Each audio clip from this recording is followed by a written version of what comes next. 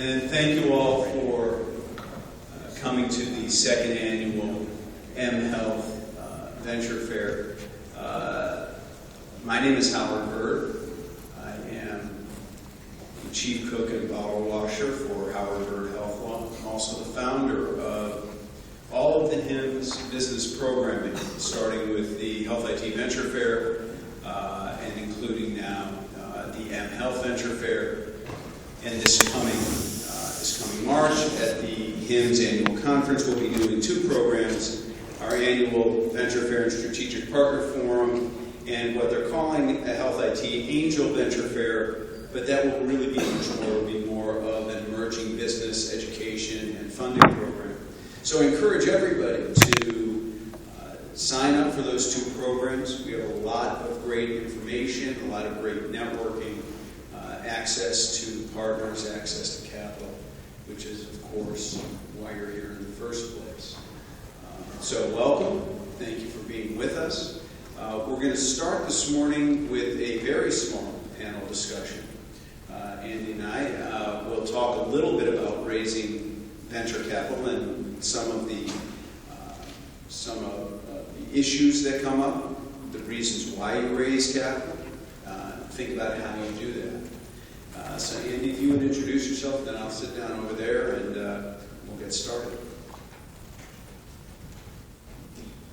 Hey everyone, Andy Colbert.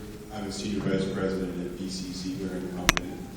Began my career in the bulge brackets at Morgan Stanley and UBS, and then moved over to Friedman Billings Ramsey to build out their healthcare investing group and investment banking arm. Did that, worked on a host of private companies as well as public company transactions, M&A, IPOs, and debt placements.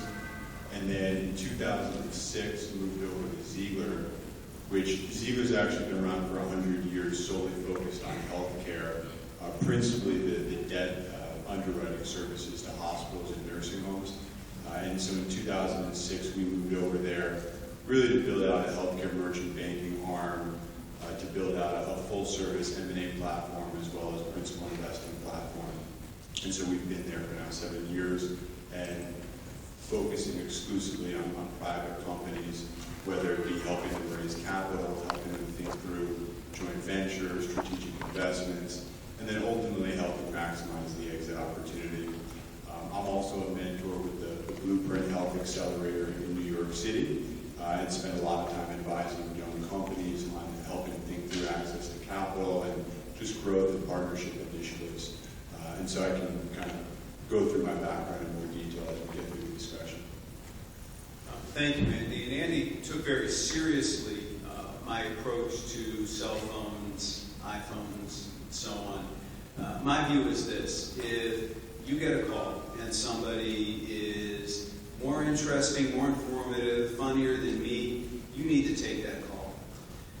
So keep your phones on. I really don't care. We're all accustomed to hearing them these days. I put mine on silent just because I have a microphone. And it would be a little more disruptive. Besides, at this hour, it's either one of my kids at school or my wife calling. You really don't need to hear that. Again, I'm Howard Bird.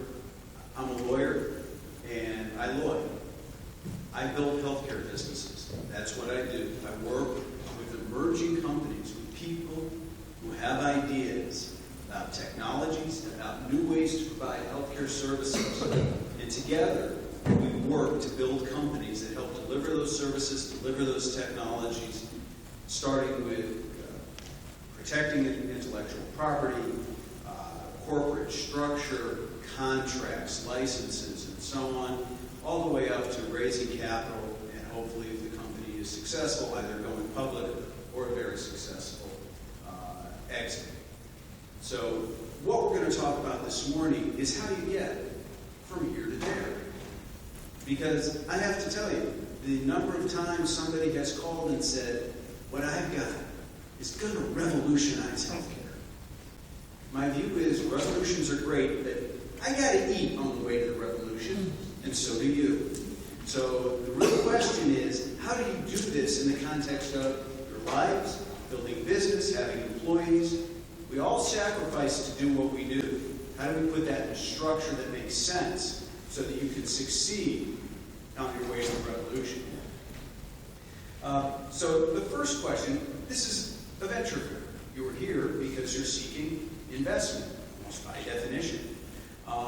So the first question that I throw out to you, to Andy, and we'll start with welcome your input, is why should a company seek investment? Why would you come to this place to seek money? And it seems to me that there are a couple of reasons that are sort of preeminent that you should think about. And by the way, if you haven't thought about why you want the money, being here is a little premature, isn't it? So, are you looking to develop your product? If so, how much money do you need to develop it? How much development will it take to get that product into the marketplace? Are you looking to grow? What does growth mean? Does it mean more customers? Does it mean more employees? Does it mean more product? How do you define it? Are you looking to develop sales and marketing? By far, the most common reason for seeking capital. People usually get to this stage, they built the product or have a really good version of it, and are at least in beta, and then think, wow, how do I sell this? Now, we're two guys in a garage. Most of my clients start as two guys in a garage or some equivalent to that. Right? How do you sell? How do you market? And by the way, that's not so easy. And finally, and pardon me if I occasionally take my glasses off. I've reached the age where I have to take my glasses off to read, put them on to you. How do you stay ahead of the competition? And what does that mean? And how do you define your competition? For that matter, how do you define your market? Those two kind of go hand in hand, don't they? Andy, your view on it. Why do you want capital? Why do you want investment? Yeah, I mean, I think this is something that we discuss every day with our clients. We work with a lot of entrepreneurs and build really interesting products, a lot literally in the garage. And they always struggle with when is the right time to go to market and how best to go to market. And I think we try to break it down into a couple of components. One is, have you gotten to the point where you've been able to prove that there's something here that's really kind of a proven product where you have a referenceable client base, and you have the ability to actually prove to the market that what you built works and you've been able to generate revenues from it. I think that's key first and foremost. Secondly is how well can you define the story? I think one of the themes that you'll continue to hear again and again today is of utmost importance when you're looking to raise capital is how do you communicate that story, that vision to the investors? And I think, the most important thing is really you're defining the story and understanding what the market opportunity is, how big is the addressable market, who your competitors are, why someone would buy this versus a competing solution. Is this a must-to-have versus, kind of just a nice-to-have? And then I think the last piece is who's the team that you've assembled. I think the bar has been raised as it relates to the opportunities that folks look forward to invest in at this point, where I think they look for entrepreneurs that if they haven't satisfied the top two, at a minimum, they're looking for a team that they've pulled together that has a clear track record of proven success around having built this before, and really this is kind of a second try for that. Thank you, Andy. And you're going to find in the course of our discussion that several themes will emerge.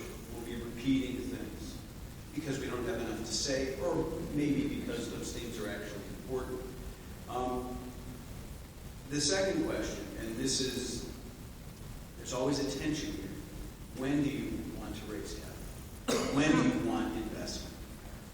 We'll get to from whom next, but when is really important. And the tension is, early money is very expensive in terms of the amount of equity you have to develop. Late money may be too late. So you want to get into the market, start seeking the capital at the point where you have a really good story to tell, but not so late in the game that you're out of business. When is really important. But that also, and investors look at this, and frankly, I look at it. Have you really thought through the financial situation well enough that you can project what your expenses are and have a pretty good sense of what the burn rate is and how much money you'll need and when? Because if you can't do that, it's really, really difficult for somebody like me to approach somebody like Andy and say, I got this great company for you, or any other investor. Because if the people starting the company, the original management, can't get to the point where they can figure out what's coming in and what's going out and when, how do you convince somebody to put substantial capital behind it? Right?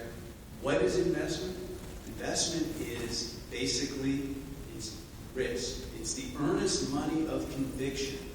How do you get that conviction from an investor? They put their money down. They're taking the risk. How do you convince them to take the risk? You show at least that you can handle the financial side of it, and that you're not just some mad scientist, two guys in a garage.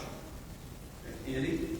Yeah, I think this is a great question because ultimately the most attractive companies to invest in are always the ones that don't need the money.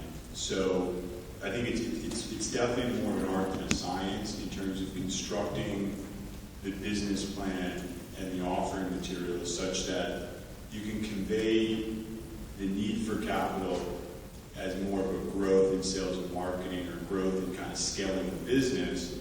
But hopefully there's also a downside scenario that you can show where it kind of shows without any capital or very little capital, there's a way to just kind of continue running the business at least on a small break even or a small loss making basis, such that I think investors want to come to a story where they feel like their capital is being used to grow the company and to scale the business and ultimately kind of achieve returns versus just funding operations or kind of funding investment in the actual business idea itself.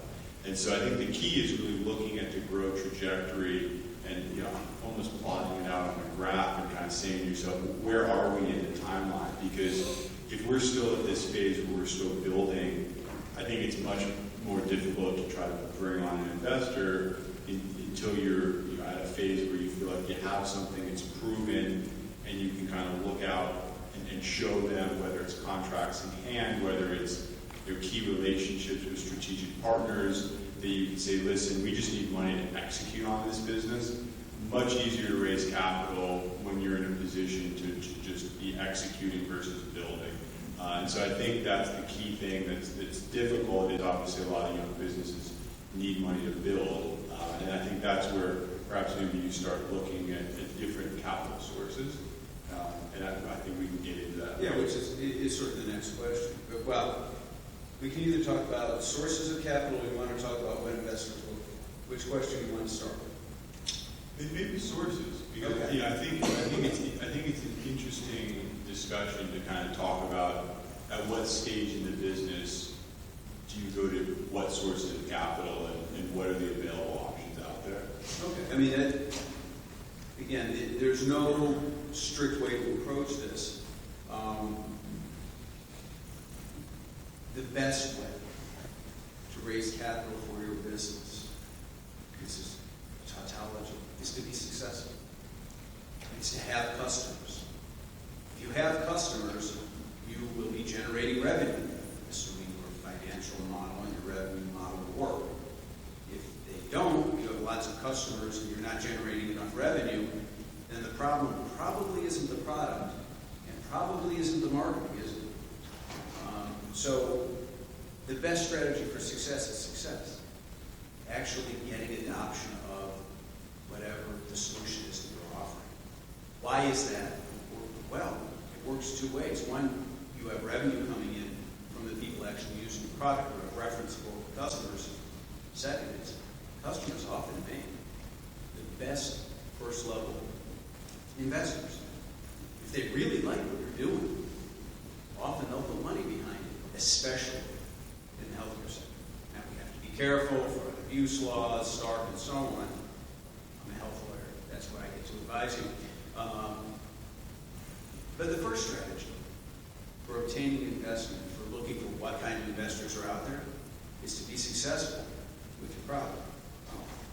The second, and we call that bootstrapping. Can you bootstrap your way up? And if so, how far?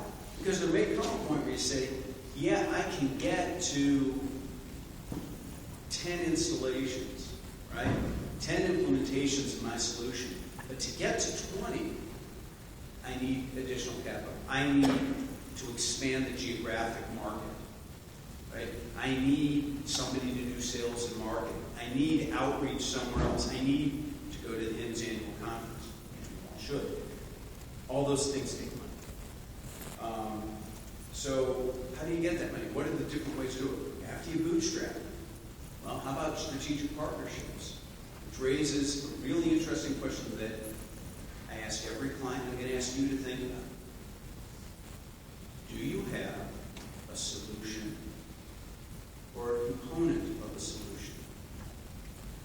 The answer to that question drives marketing, it drives the raising of capital, it drives how you seek strategic partners, it drives how you define your market. Is there a dependency for your technology? All technology businesses, right? Does it have to fit in with some other technology or service? If so, again, that defines your market, doesn't it? And it defines how you can obtain customers and how you can obtain capital. So, we talk about strategic partnerships. I'm not real fond of them as a strategy for growth, but sometimes if what you have is a component, they're unavoidable. A version of the strategic partnership would be a joint venture that you and somebody else who has that other piece of the puzzle and you guys just fit together. You can get together and create a new company, a joint venture, to go market the combined effort. That's a real solution when each of you independently is just a component of that solution.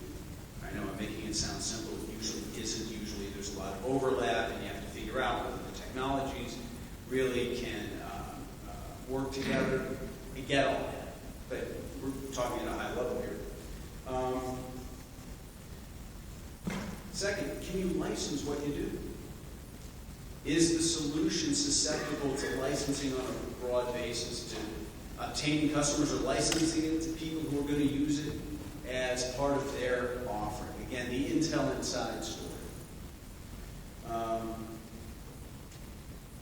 And finally, if you're talking about strategies for growth, where's the money come from? We do that to Andy. How do you select and how do you put yourself in a position to be selected by different kinds of investors? Yeah, I'll comment on one point you made, which is different strategies for raising capital. I think one important strategy to consider is, are there opportunities to raise capital through non-dilutive financing, such as, can you do custom services with them? Can you go out to some of your customers and say, hey, are there projects that we can do where we can build something, you retain the IP, but it's an opportunity to gain some capital to help build a business. I think anything you can do at the onset of the company to help you bring in revenues so that ultimately you're not having to fund all of your operations through outside investors is only going to help you get more of a leg up when it comes to being in a position to go out and raise capital, as you can really showcase that you've generated revenues. And so whether it's you're going to customers and entering into different agreements with them, licensing agreements where maybe there are companies or businesses out there that have a use for your technology as a component. Maybe there are opportunities for resellers to sell your product. And I think I would put that in the category of kind of one form of financing that's completely non-dilutive. Then the second method I would say is the accelerator programs, and there's been certainly a resurgence of these programs all across the country that I think are really important for folks to consider because one of the key things in raising capital is you don't just want money to have money.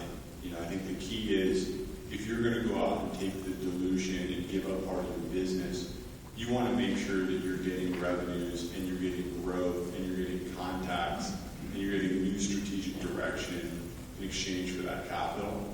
And so I think it's fairly easy to go out to friends and family or angels and get capital, but you may not get the direction you need, and there may not be a lot of value with that capital. Versus, I think these accelerator programs are probably capital light, but strategy heavy. And I think where they really excel is moving you into a school where you're now part of a team of 5 to 10 other companies. There's probably groups of 200 plus mentors that you have at your fingertips in your Rolodex. And ultimately, if just one of those turns into a business deal that's a recurring revenue opportunity, the entire mentorship probably pays for itself. The other opportunity, of course, is more traditional angel investing,